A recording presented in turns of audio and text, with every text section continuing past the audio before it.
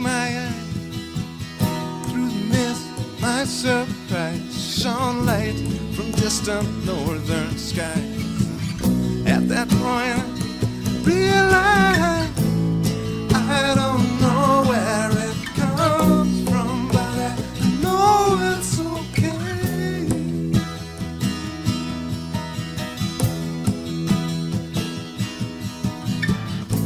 If this is all an illusion, then I'm willing to play.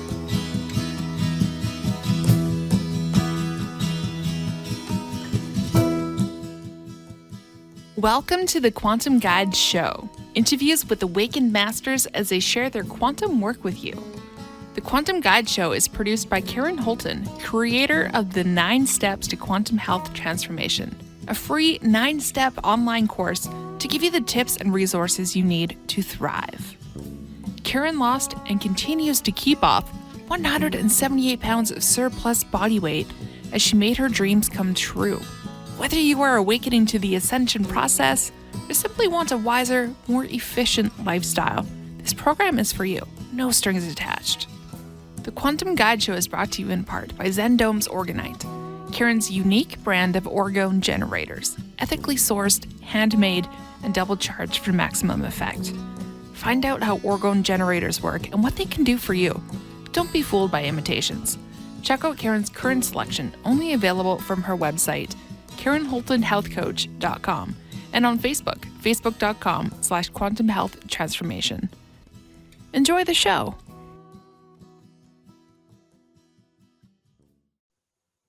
Welcome to episode 25 of the Quantum Guide Show.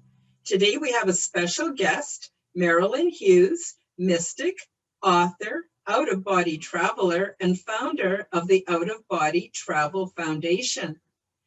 Marilynn Hughes founded the Out-of-Body Travel Foundation in 2003. Its mission is to reduce spiritual and physical hunger worldwide.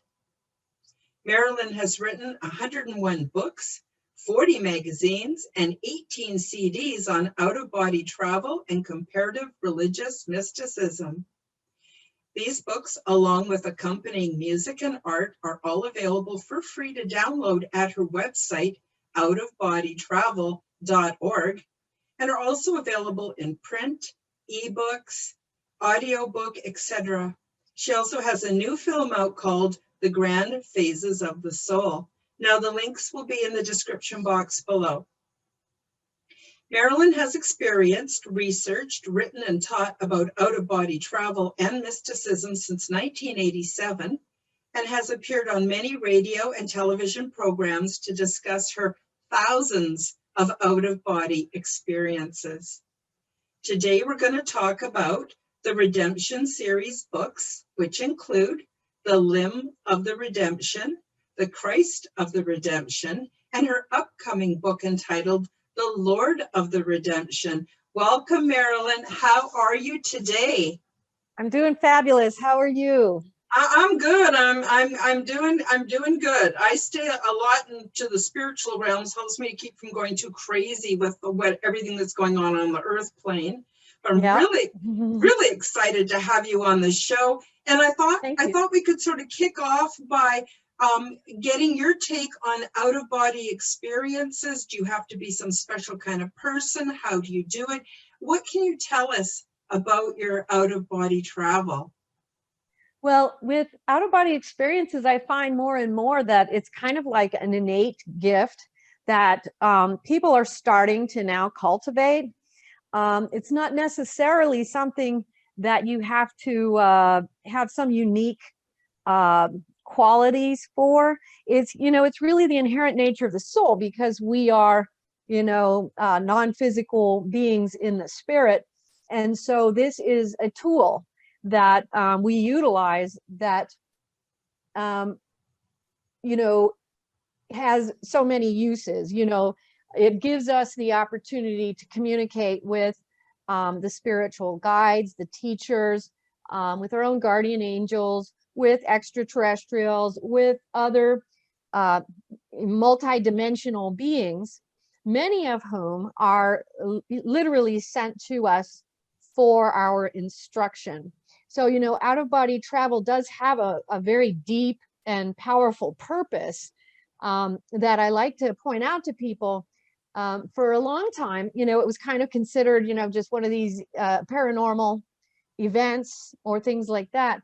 But what people are starting to recognize now is that it is a tool for people to seek out the truth. And so, out-of-body experiences are generally when a soul learns, or spontaneously, it happens spontaneously to folks too, have their spiritual body will leave the physical body. And that's only where it begins, so it begins there, but the experience moves and sways and evolves into a much greater tool of our own purification in this realm. It gives us an eye view into our past lives. It gives us an eye view into the soul purpose that we incarnated for this time around. It gives us direct interaction with the holy beings that surround us, who are trying to assist us in attaining to the destinies and fates that we had set out to achieve in this lifetime, and the various purposes, the things that we came here to overcome, the things that we came here to understand more greatly and know more deeply.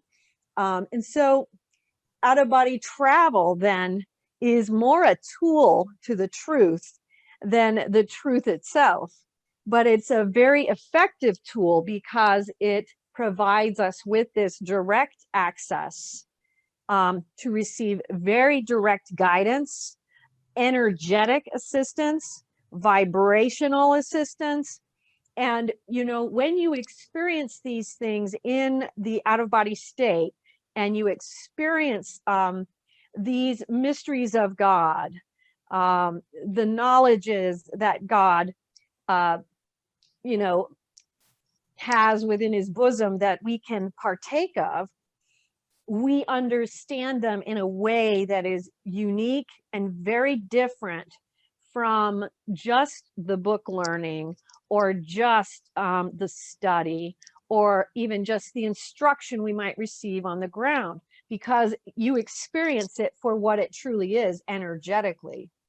And so it becomes a real, an accelerator to all these other things, because we do need to study and, and do these other things while we're here in the physical world.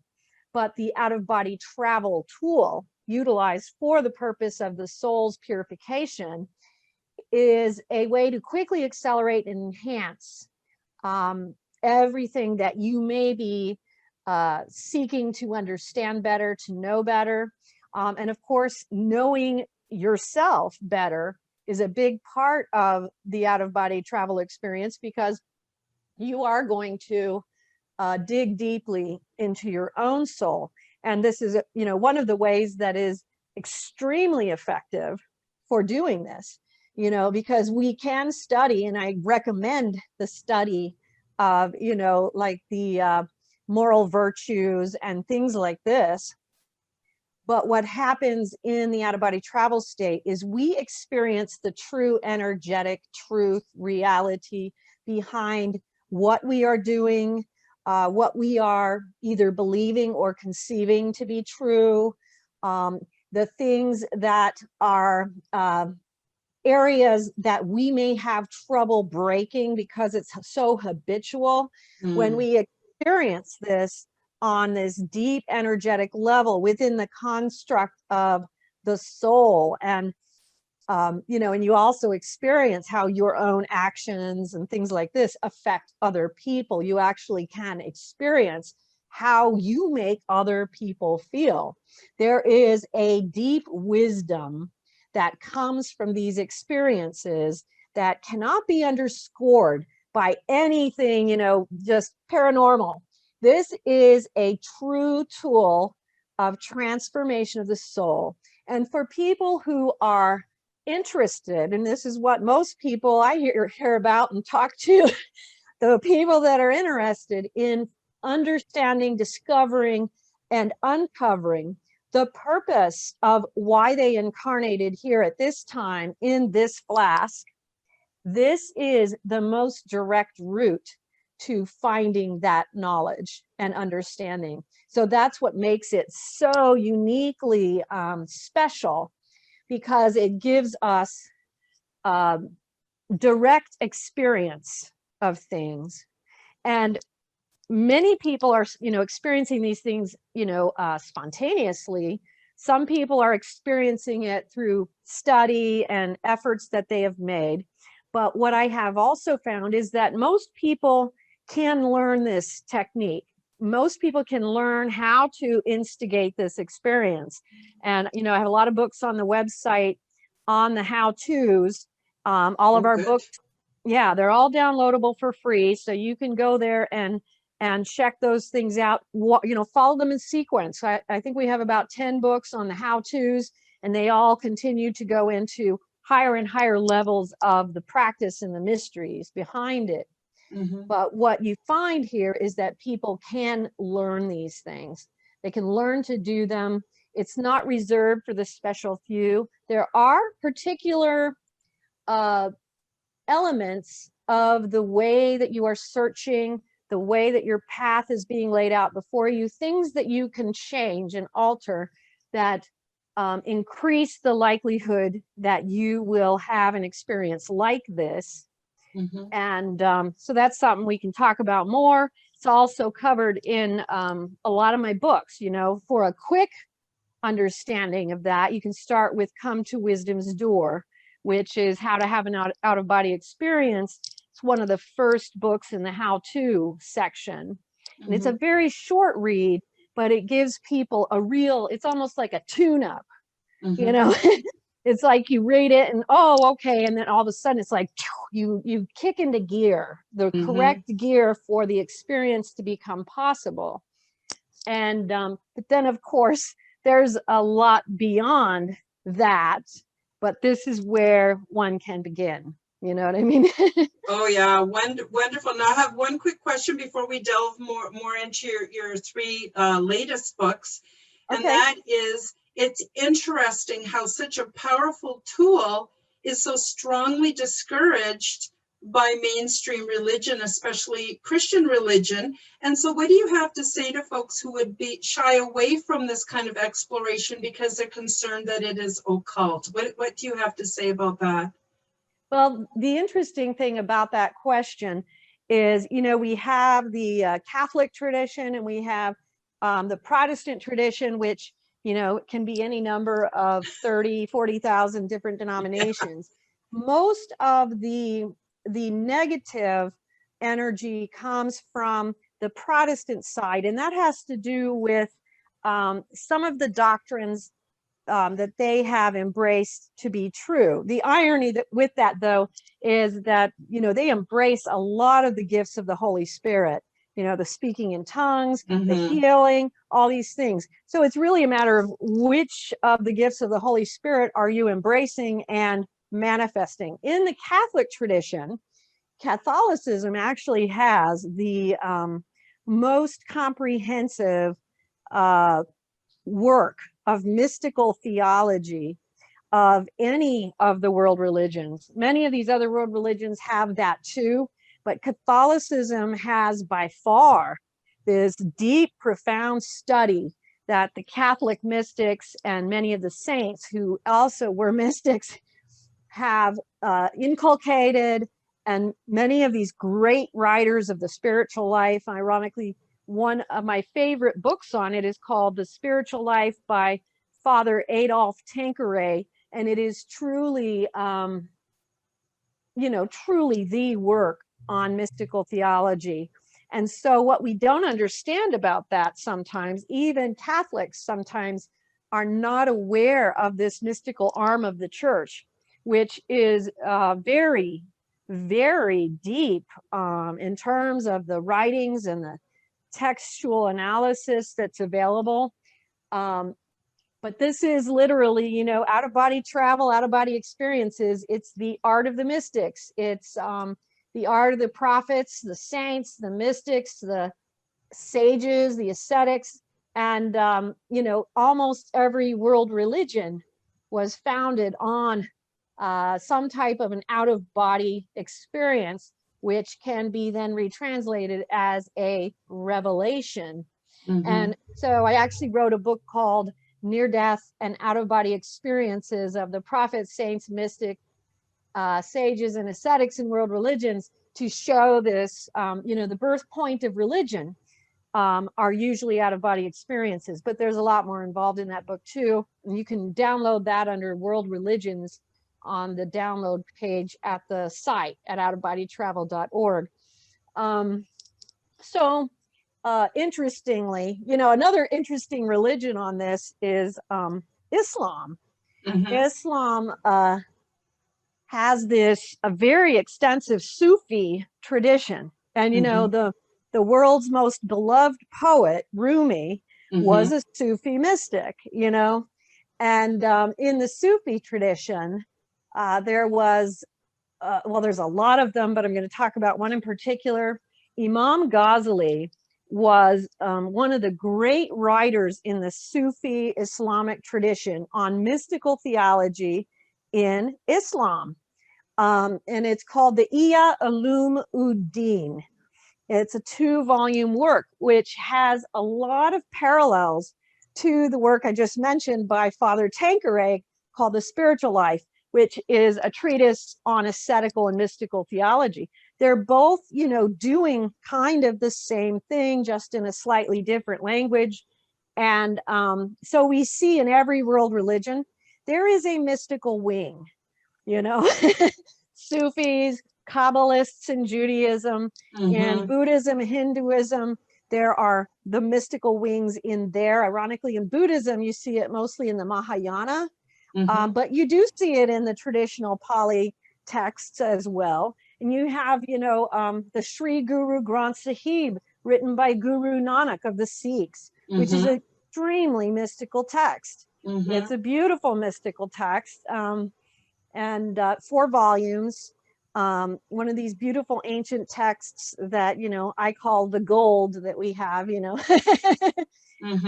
so there are many mentions, not just mentions, but literally deeply studied paths in all the faiths. But ironically, in Catholic mysticism, it's probably one of the largest. And in fact, most of what's behind me there, that's all Catholic mystical theology right over there. And then there's some more over there. And, I've got more bookshelves all over the place. But it is a very, very, very, very well covered subject in the writings from the time of Christ till now. And the interesting thing too, I have a really interesting set of books just right over here called The Prophetic Faith of Our Fathers. It's a 4-volume work on the study of the spiritual gifts in the Protestant manifestation of Christianity. And it's very interesting because spiritual gifts are a big part of a lot of Protestant denominations, but mysticism itself is not usually the most common one. But the interesting thing about this is, you have some of the great founders of even some of these things. John Wesley, the founder of Methodism, had this profound gift where he could preach and people would experience the conviction of the soul. So they would have this profound experience in his presence. George Fox, who was the founder of the Quakers, was a mystic. He had many mystical experiences. The Seventh-day Adventists have this ongoing revelation that is part of their tradition. So when you go back, Emanuel Swedenborg, upon which Swedenborgianism was founded, he was one of the greatest mystics that we have from the 16th century. And he's one of my favorites. I recommend his books to people all the time. He wrote some really fascinating works. He would have these experiences where he would be allowed into the spirit world and could have conversations with souls in various stages of development, purification in the heavens, the hells, and the various angelic hosts as well. And so he wrote a book called Heaven and Hell, which is one of the pivotal works explaining how the formation of the realms in the afterlife are manifest. Also, he wrote one of his books is literally the only of its kind that I've found in any tradition. It's called Marital Love, which is about all the things surrounding marriage and the relationship between man and woman in this life and how it progresses and moves into the next life. Fascinating work for anybody who is married or interested in that subject, and there are many of these great people. For instance, Reverend John McGowan, another 16th century mystic, wrote The Dialogues of the Devils.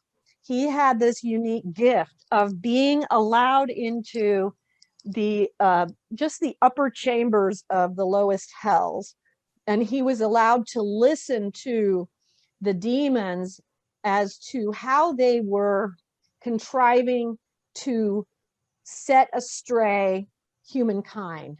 And so it's a fascinating work because it's very instructive. It's reminiscent, in fact, of C.S. Lewis's, Screw Tape Letters.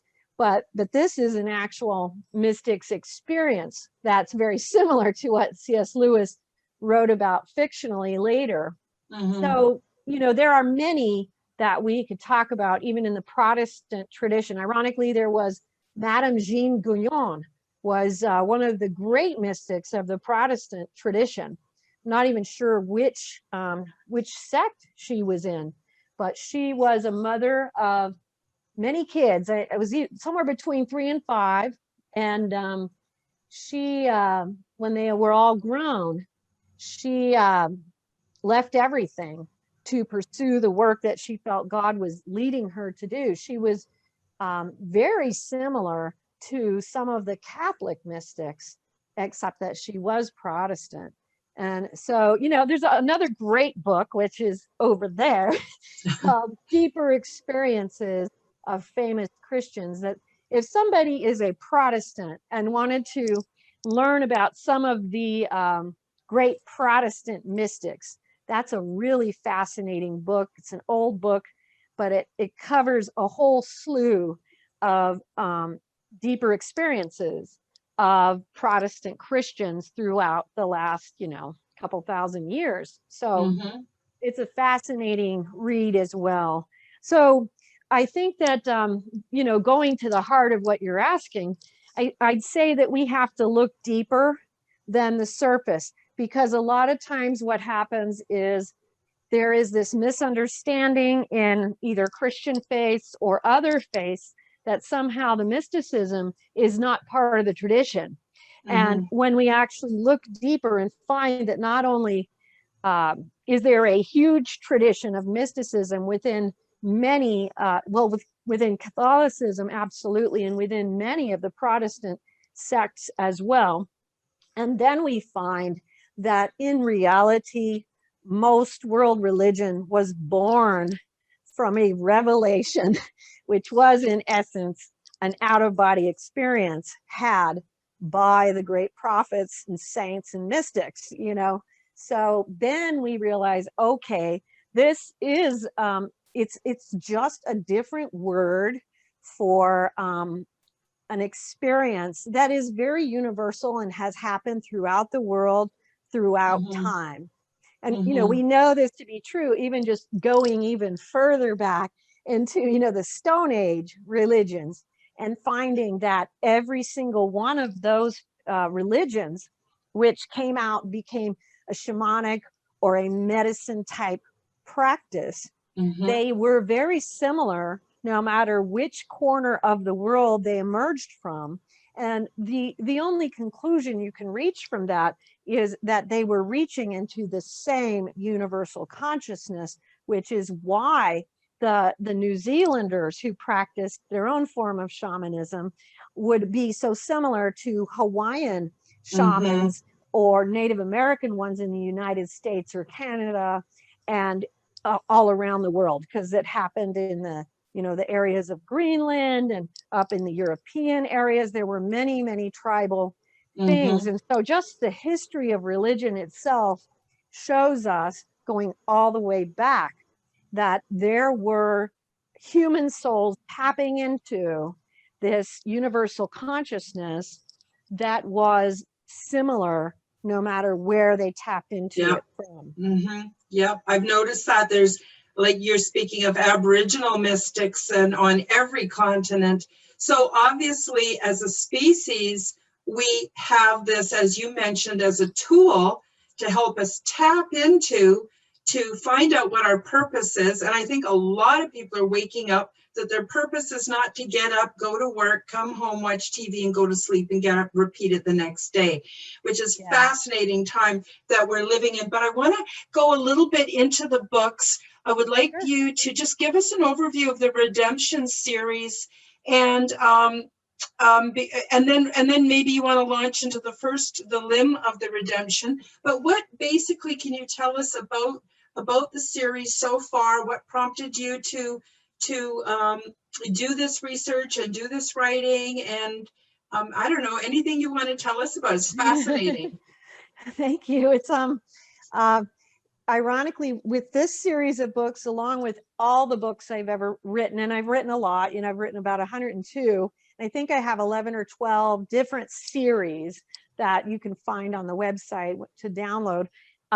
Every single book I've ever had from the very beginning, the title is given to me in an out-of-body experience, and exactly how it should be put together is given to me in out-of-body experiences. So not just with writing, but with a lot of things in my physical waking life, I receive a lot of guidance and instruction on how I should manifest these things in a way that might hopefully be instructive to other people.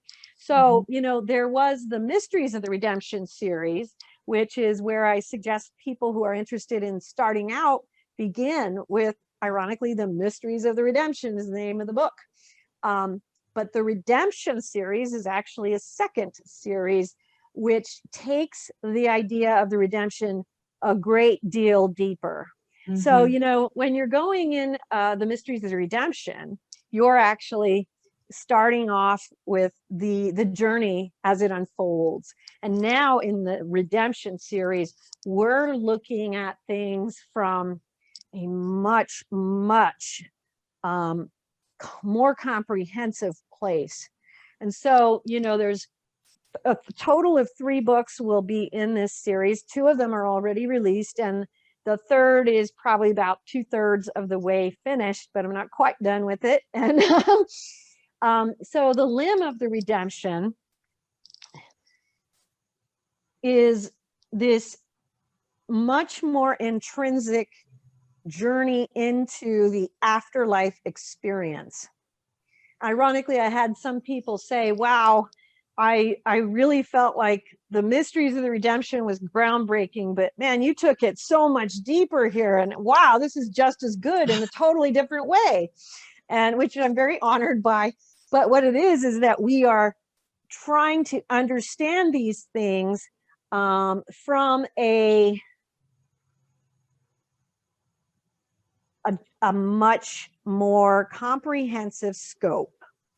So you're following the afterlife journeys of people that I am experiencing these things with, as part of my calling involves helping people who are crossing over, helping people who have crossed over, who need assistance in their purification forward. And then there are also certain souls where I will follow their afterlife journey for a period of time. So I might be with them for, you know, several years after they pass. And we're going through all these stages and developments together to bring them out of whatever it was that they had misperceived in life. and helping them to purify and prepare themselves to do something different. A lot of these people end up ironically being suicides, because suicides need a lot of extra care when that happens. And so when I am allowed to do that, because everything that I will do is only happening when God demands it. I don't say, hey, can I go follow that person around? It's all permission from the eternal, which is another way of speaking about God and the universal all together as one element. And so in the Limb of the Redemption, we're going through these afterlife adventures of souls and learning about the pitfalls, the things that are very common to many of us when we cross over, that we will recognize ourselves in their stories. You know what I mean? But then we're also learning about the actual practice of praying for the dead. And another book that came out of that was, I wrote the Western Book of the Dead, which contains all of the prayers for the dying, the deceased, and for the souls in purgatory, put in a comprehensive way so that people can use this and practice it on a regular basis. Because what we find very quickly is that prayer for the dead is very efficacious for them. And it's very efficacious for ourselves to participate in that process, because what we're doing as we make ourselves available in this way to other souls, whether it's through the prayers for the dead or other means, we are literally giving back to creation what creation has given to us, which is a requirement of the spiritual life. And for those who have out-of-body experiences, you'll remember that what does happen over time is that we are required to return the good that has been given to us, the guidance, the direction, and we help other souls. And that's part of how we maintain the great circle of life, the sacred hoop, where we are contributing to the evolution of others, while other souls are contributing to our own evolution as well. So we learn how important that exchange and the giving back and forth is in the spiritual world. And so we learn about, in this journey, a lot of those very interesting, twists and turns that people take in the afterlife adventure, but also how do we assist them? How do we assist them with our prayers and our good works and things that we can do to, empower their journey to be energized and pushed forward rather than stagnant and standing still? Because there is a process, and there's a reason why we are called in to help, because we do want to be able to move the soul forward rather than staying still. A lot of souls will stay still, not only in the afterlife experience, but even here on earth. We find that to be the case, that we have a tendency, as the human race, to we just take things for granted. Oh, that'll happen when, or whatever, but we end up standing still a lot. And this happens as well when someone has crossed over into the afterlife, because there is a tendency to wait for something to be done unto us to move us forward and out of the patterns of behavior and the things that need to be done. And so if we do that, we do stand still. But for those who are truly seeking to want to overcome these things, because there's a lot of purification involved in these afterlife journeys, whether it's in the case of suicides, there's a lot of purification of the things that led to the suicide in the first place, the misunderstandings, the deep despair that people are in when that happens.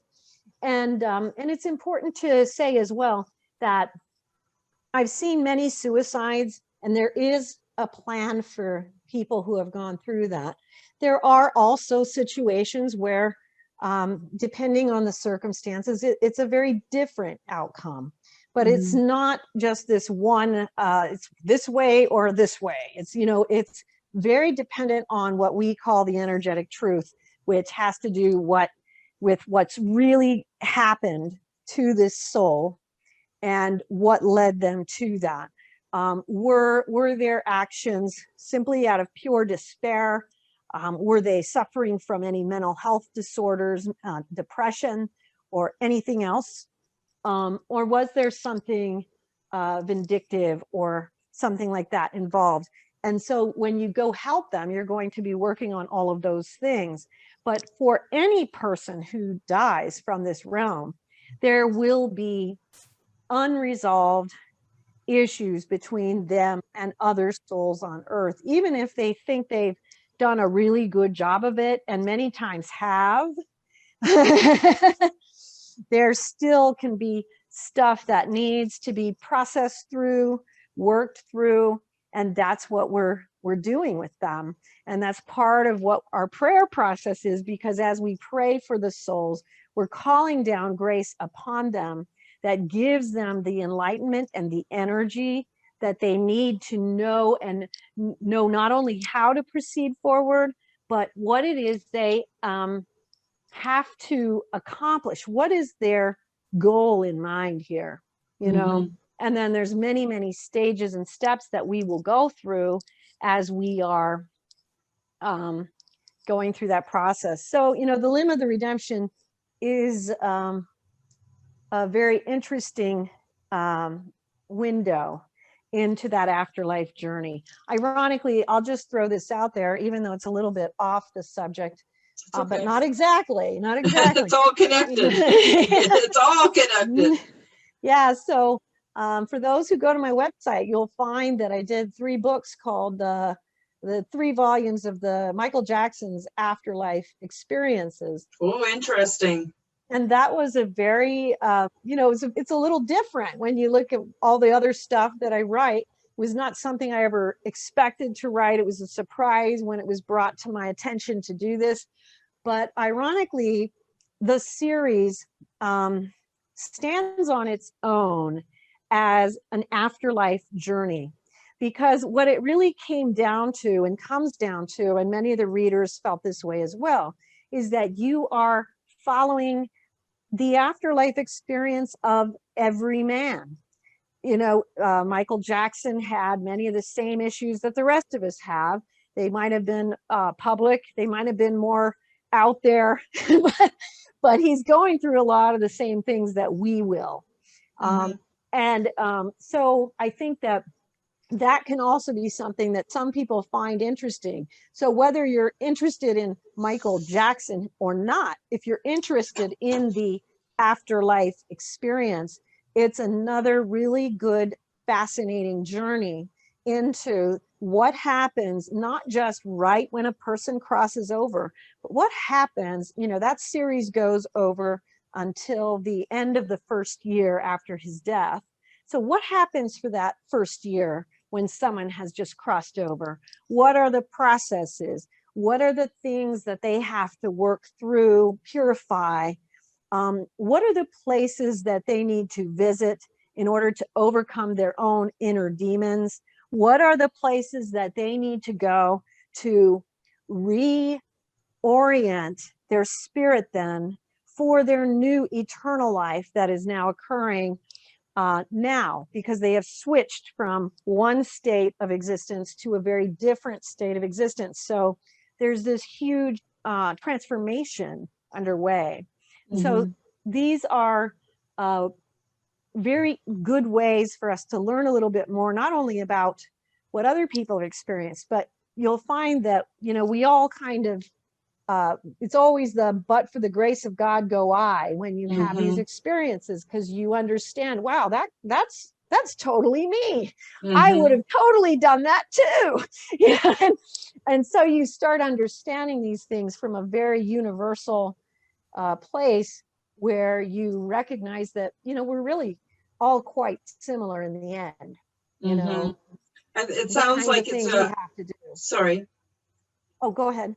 I was going to say, it sounds like also a really important and good way to really build compassion, because Yes. it's so easy in the human experience to be just wrapped up in our own experience, but to actually have compassion, for others and to understand what they've gone through. And then I think when we bring that back to our everyday lives, at least for me, I'm hopefully less judgmental, more patient, helps me to exercise the virtues Yes. on a whole nother level. But I'm also curious if you could tell us a bit more about the second book, The Christ of the Redemption. That is taking it into another whole realm.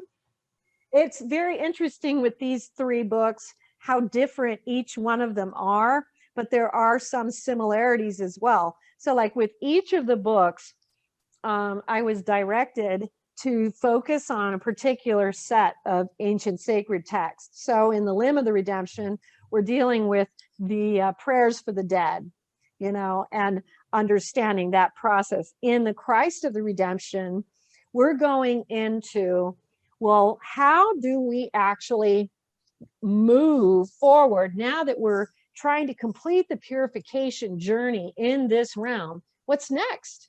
And Mm-hmm. it's this journey that we take, and through the book I'm directing people to eventually go to the pure lands, which are spoken of in Buddhism, the pure lands. And this is where the great masters and the great prophets, saints, mystics, and sages from throughout time and eternity in every religion, where they all gather in this beautiful space, this beautiful planet, 2 suns, 4 moons. It's a place where there is no mass retained. There is no unpurified substance. It is a pure emanation. And this is where they go to discuss, talk about, and kind of like compare notes with one another on how they can better serve whichever realm, world, or place that they have been called to make impact on. So you'll see people like Avalokiteshvara and Jesus and the Buddha, many of the great saints just meditating under the trees. You're going to see all of those things, along with the great Christian and Catholic saints who are purified enough to enter there. And it is literally a land of the masters. It's a beautiful, beautiful place. And in this book, The Christ of the Redemption, the focus then ended up on the works of Dionysius and Jacob Boehme. So in the first book, The Limb, we're talking about texts in relation to serving the dead, praying for the dead. Now we're talking about Dionysius being the very first Christian and Catholic mystical theologian. The very first books written in the Christian tradition on mystical theology were written by Dionysius. And Jacob Boehme being another one of our, somewhere around the 1600s type, I'm not sure, I could be off a couple hundred years. I don't pay as much attention to when they appeared. I just focus on their words, but he was somewhere in that time frame. And he's another mystic who was a profound mystic who conveyed very deep spiritual understandings regarding emanation itself. And that everything in this world and in these other worlds, it's all about the emanations and how do these energies interact with each other, and how does transformation actually occur on a particulate level in a human soul. And many people will read these texts, and they don't know what Jacob Boehme is talking about. So in this book, The Christ of the Redemption, we are bringing forward this great work of Dionysius and this great work of Jacob Boehme, and merging it with this journey that is occurring, and showing how they are timeless. Their words are timeless. The words of Jacob Boehme, and 1,500 years maybe after Dionysius, or 1,000, somewhere in there, they are all again reaching into the same source of inspiration and experience. But what we're doing then is helping people to learn what I call mystical language. And as you move through the Christ of the Redemption, you start learning how mystics will speak differently about processes as they move into higher and higher and finer frequencies. And this is because we are talking more and more about ineffable light and about things that are beyond just the comprehension that words could provide. And so we learn to speak in a different way. And this is sometimes the reason why people have difficulty in recognizing or understanding what they're saying. It's because they are trying to speak about things that are beyond the human experience and beyond human words and language. And so this mystical language that you see in the great writings of the mystics from all over the world, you see this mystical language emerge that they all grab a hold of. And we can learn to translate that into our own experience. But as we're going through that, there is a very pronounced journey of this final spiritual warfare within the soul and outside of the soul, of literally removing all the final remnants that can be had to make the soul capable and compatible to enter into those pure lands. And the pure lands, spoken of a lot in Pure Land Buddhism, but also a lot in Mahayana Buddhism, the Avatamsaka Sutra, the flower ornament scripture. They speak as, some of the final attainments are in these pure lands. That's what we are seeking. Like when a Buddhist is reading these texts, that's what they're seeking it for. But the interesting thing, I'm personally Catholic, but the journey here was to enter into the Pure Lands, and the Pure Lands was a place for all. It wasn't just for Buddhists or Buddhist practitioners. It was for all. And there were the masters from all traditions, earthly traditions, and masters from other worlds that we're not familiar with as well, because they are doing other types of traditions in other worlds or other multidimensional spheres as well. And so it's a beautiful journey where the soul is translating emanation and light into their own soul, to the point where they're really expunging all the refuse, so that we can then be compatible to enter into those pure lands. And once we enter into those pure lands, we are entering into a completely different pathway then, this extended pathway that is at a heightened place. It is this peaceful place of imperturbability, as Buddhists might call it, where there is this constant awareness and presence of God all around.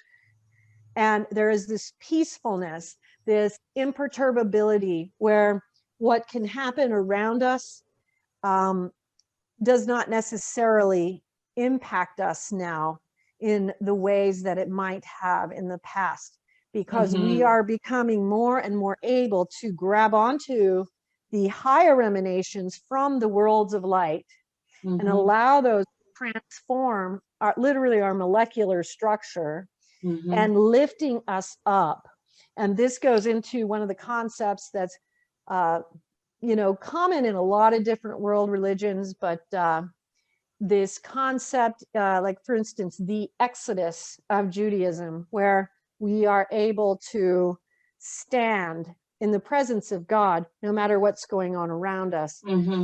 I went through a series of experiences years ago about that in particular, and was shown how certain Jewish souls were able to, in the midst of the Holocaust, in these concentration camps, maintain the presence of God within themselves at all times, the presence of devotion and humility and the joy of being in that presence, that emanation, despite what was going on around them.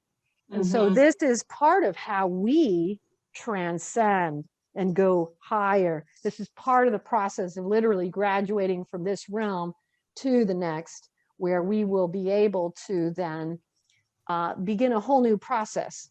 The karmic purifications are over. The battles between good and evil are now coming to a close. We are now deciding and choosing that we will stand in ineffable light, no matter what we experience in the world below. But there is a very fascinating journey to get there. And it involves a lot with prayer as well, where you are learning to pray in the presence of the great souls. So one of the experiences in the beginning of the Christ of the Redemption is where I was given this tremendous honor to stand amongst the 12 apostles and pray. They were singing liturgies and we were offering prayer and praise to God. And it was a transformative thing. And so then we are now, as we learned in the limb of the redemption, that prayer for the dead is very efficacious. We start realizing that prayer for the realm is very efficacious, not only for the realm, but also for our own souls. And so we start learning to be present in prayer. Prayer becomes something that we out-breathe. It becomes something that we then emanate. So in the Christ of the Redemption, you're learning a lot about emanation. And again, following back to Dionysius and Jacob Boehme, to show you how it's all the same path, but also to understand what they're saying. Learn to understand what they are referring to in these deeply mystical writings that they undertook, Wow, it sounds like basically purification. And purification, in my experience, is not fun. Purification is hard work. Purification takes great courage, but it's the only way to cook off the impurities that prepare us, in my opinion. And so it sounds like that's a bit what you're talking about too. Absolutely. We still got a few more minutes, but I'm wondering if you could introduce us now into the third book, which is not out yet. First of all, when not trying to rush you, but when do you expect that will be out for folks, and what can they expect from that book? Well, this one called The Lord of the Redemption, I would think it's probably going to be out sometime in the next 6 months, maybe. But like I said, everything is on God's time, not mine, so we'll see. But what we find in the Lord of the Redemption is an entirely different thrust. And now we are looking at the ancient texts on salvation and redemption itself. And we are moving through the ancient texts speaking of salvation from the Christian tradition, from the Sikh tradition, from the Buddhist traditions, from the Hindu traditions, and from many others, the Jewish and all the others. But what we are looking at here is this dichotomy that I discovered along the way, which is about how we find in all these traditions this very similar practice of this devotion on a holy name as being, and the faith in the recitation of that holy name having the capacity and the power to purify us. And we see this in some of the ancient Mahayana texts. We see it, of course, in many different aspects of Christianity, but we find it in the Sikh texts. We see that in the Bodhisattva way of Buddhism, we find an extremely close parallel to the tradition of praying for the dead and what they do in the Catholic tradition. We find that there is a common thread through these ancient texts of what we seem to be receiving through these out-of-body experiences that are recorded in these ancient texts, this very similar recipe, so to speak, for the purification of the soul. So they speak a lot of the recitation of the holy name, faith in the holy name. It's a very fascinating thing to watch it unfold, because we find that you can actually take a Mahayana Buddhist text, and if you just changed the words from a particular holy name to Christ, people would easily believe it was a Christian text, and vice versa. So we can see this, and it's very fascinating. But we're also taking the journey into what I call beyond the crucifixion, because what is the crucifixion in this world? It is the crucifixion of the old self. And I had this beautiful vision, which I'll let you read when the book comes out, but it was this beautiful vision of the various stages of the spiritual journey of a human being. And this great endpoint, which is, you know, like the pinnacle, is the crucifixion of Christ. And then I was shown beyond that, there was more.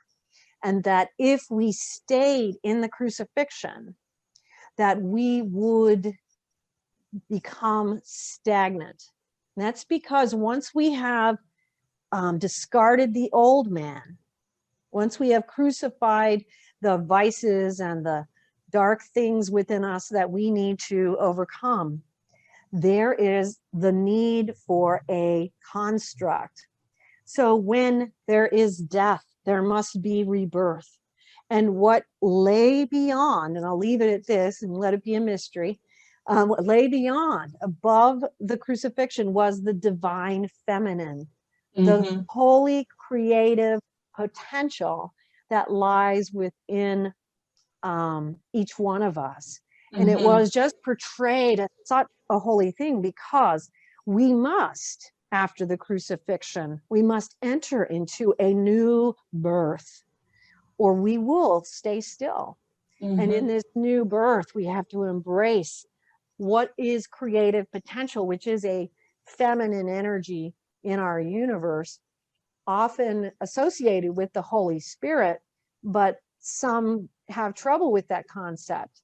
But in reality, it is that creative principle that we have to then embrace for us to move forth into this next phase of the process of the soul here. And, you know, going beyond the purification now into, we've moved into emanation, and now we're moving into a literal divine being, being present in creation itself. And so I guess I'll leave you with that, because it's very hard to put into a simple, you know, thing. But it's a fascinating journey for me, for sure. It's very fascinating. I had a friend who did her PhD thesis on the feminization of the Christ in medieval iconography. And although she did not flesh it out anywhere near to the point you are, it hinted at the divine feminine within the whole concept of the Christ. So that's very, very interesting.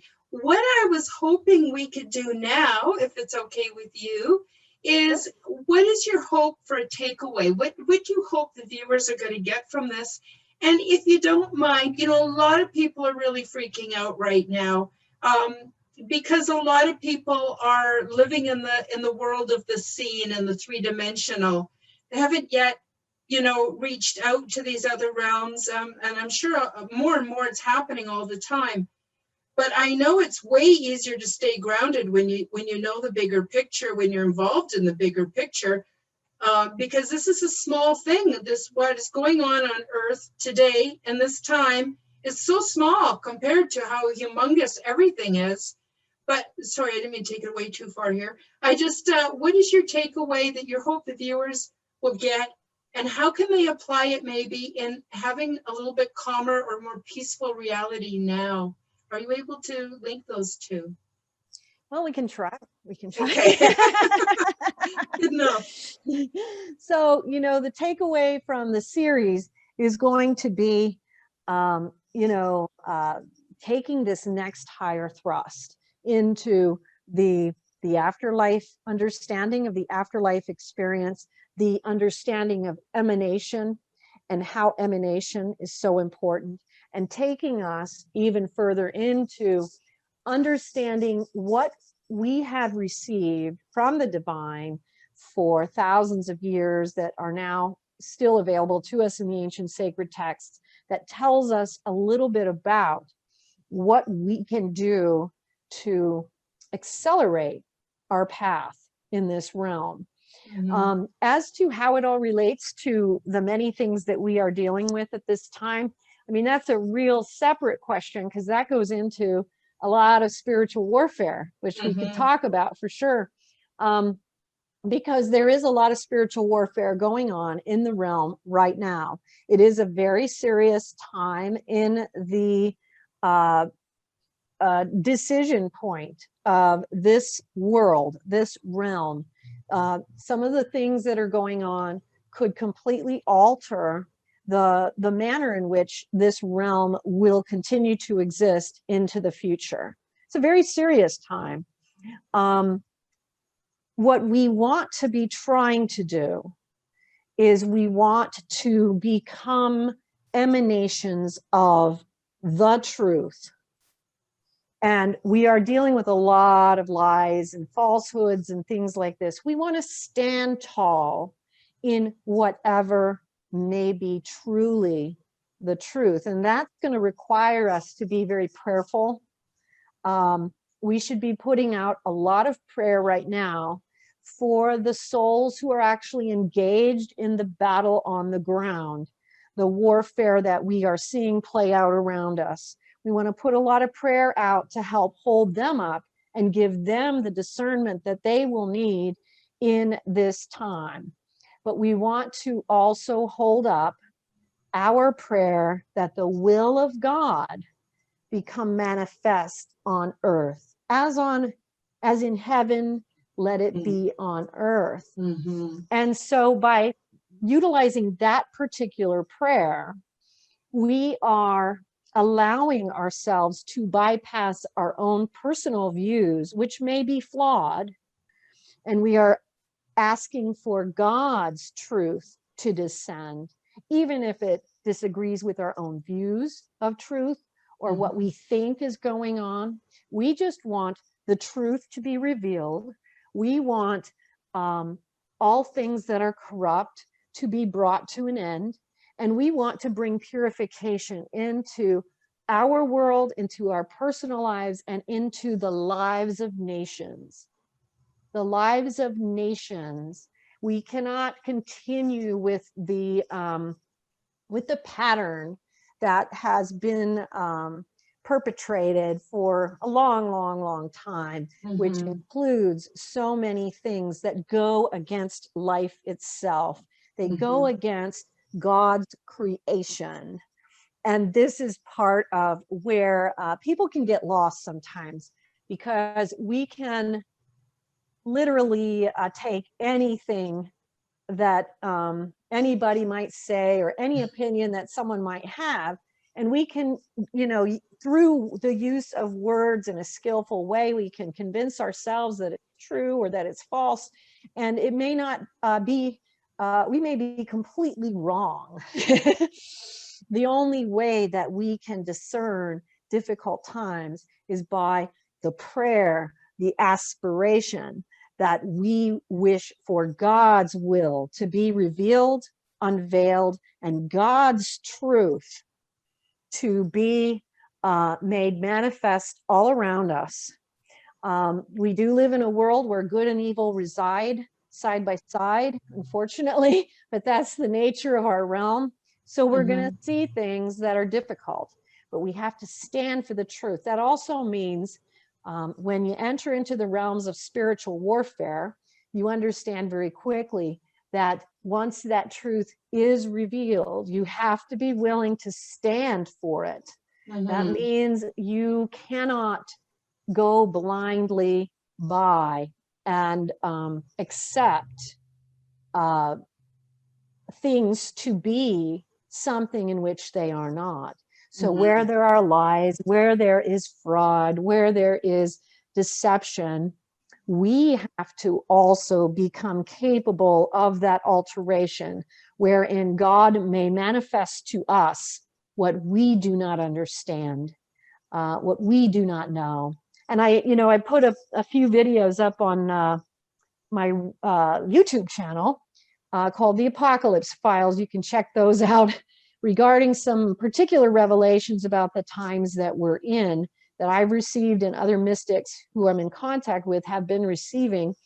And what we can do with this is to understand that the irony that is that being the out-of-body travel experience as a tool, it is a tool by which we seek the truth. And sometimes we find out that the truth is different than what we might have thought it would be. We have to have the courage to go forward into what is true, even if it disagrees with what we used to think might be the case. So we have to be strong. We have to be warriors. We have to stand in the light, and we have to stand only for truth. So we can't just sit by now anymore and just let frauds, lies, deceptions be perpetuated and supported. We have to do whatever our own personal ability allows us to do to stand in the truth, but also stand for the truth.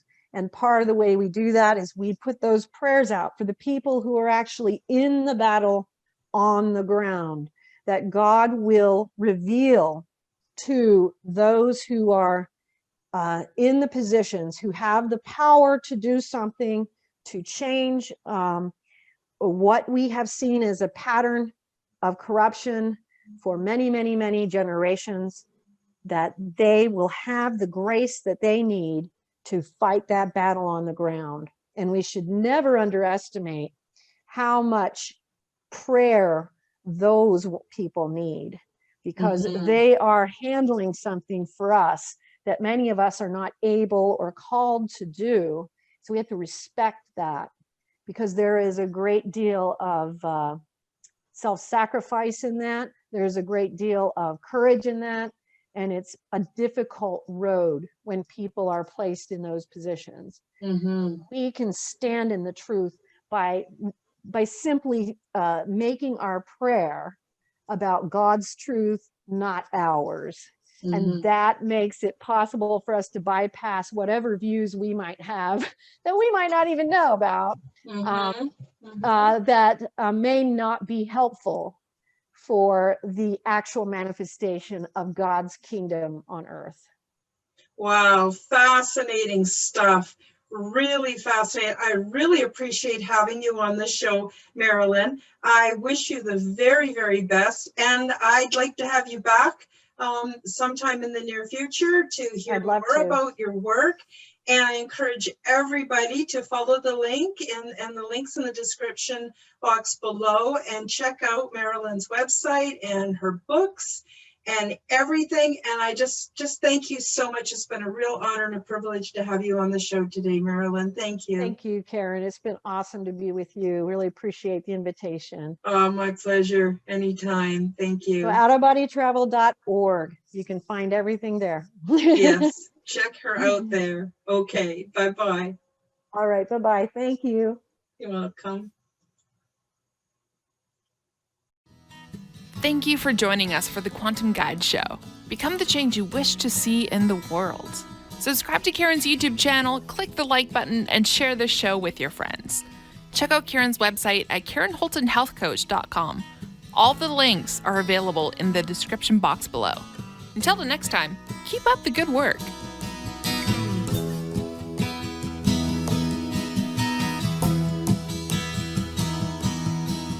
Splendor and endlessness puts all my inner strife to rest. For time gives birth to hurriedness. It all makes sense, well, more or less. And the sages put me to their test. With heart and soul, I do my best to find the answers to my quest. I wonder and I must confess, I don't know where it comes from, but I know it's okay.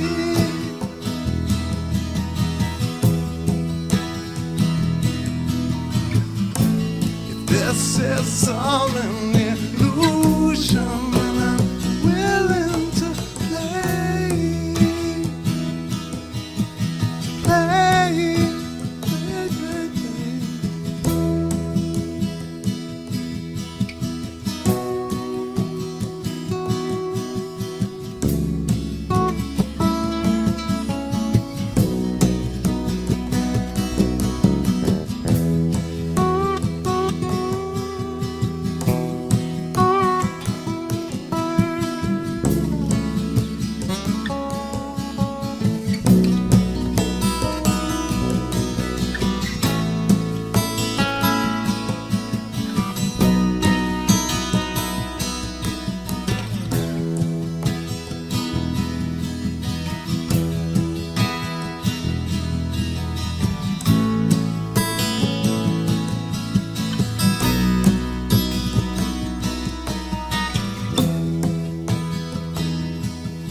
It's okay.